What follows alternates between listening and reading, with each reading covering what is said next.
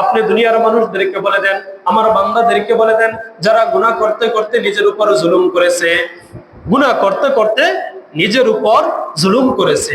কখন মানুষ গুনাহ করতে করতে নিজের উপর জুলুম করে? যখন তার গুনাহের মাত্রা বেড়ে যায়, ঠিক না ভাই? যখন তার গুনাহের মাত্রা বেড়ে যায়, রব বলেন আপনি আমার বান্দাদেরকে বলে দেন, যারা গুনাহ করতে করতে নিজের উপর জুলুম করেছে, লা তাকনাতু মির রাহমাতিল্লাহ, নিজের উপর জুলুমকারী বান্দা যে গুনাহ করতে করতে নিজের উপর জুলুম করেছে, তার অন্তর অন্ধকার হয়ে গেছে, আমার ওই বান্দাও যেন লা তাকনাতু মির রাহমাতিল্লাহ, আমার রব থেকে একটা মুহূর্তের জন্য নৈরাশ না হয়। সুবহানাল্লাহ। আমার ক্ষমার আশা থেকে, আমার রহমত থেকে সেজন্য একটা মুহূর্তের জন্য কিনা হয় ভাই, নৈরাশ না হয়। দেখেন আল্লাহ পাক রব্বুল আলামিন কত এক উদারত এক ঘোষণা আমাকে আপনাকে দিয়েছেন।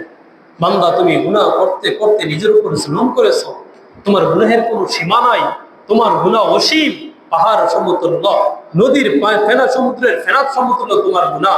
রব বলছেন তুমি কোনো চিন্তা করো না, তুমি নৈরাশ হও না, আমার কাছে ক্ষমা চাও, আমি আল্লাহ তাআলা ক্ষমা করে দেব। সুবহানাল্লাহ।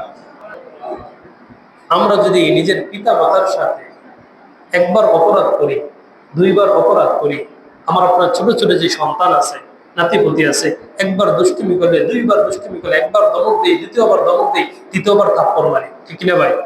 মারি কিনা ভাই? তৃতীয়বার আমরা কি করি? থাপ্পড় করি, তাদেরকে বকা দেই, তাদেরকে মার করি, তাদেরকে দোষে দেই, তাদেরকে ধাক্কা দিয়ে হটাই দিই। সত্য না মিথ্যা ভাই? সত্য। একবার দুইবার তিনবার আমার অবজ্ঞ হওয়ার কারণে তাদেরকে ধাক্কা দিয়ে, তাদেরকে বকা দেই, তাদের উপর হাত তুলি, কিন্তু আমি আর আপনি, রব ফজরের সময় আমাকে আপনাকে ডাকেন, আমি আর আপনি আসি না। জোহরের সময় আমাকে আপনাকে ডাকেন, আমি আসি না। আসরের সময় আমাকে আপনাকে মুয়াজ্জিন ডাকেন, আল্লাহ তাআলার পক্ষ থেকে আল্লাহ ডাকেন, আমি আর আপনি আসি না। মাগরিব চলে যায়, আসি না। এশারের সময় চলে যায়, আমি রবের ডাকে সাড়া দেই না। দৈনিক 5 বার রবের অবাধ্য হচ্ছি, আল্লাহ তাআলা আমাকে আপনাকে থাপ্পড় দিয়েছেন ভাই?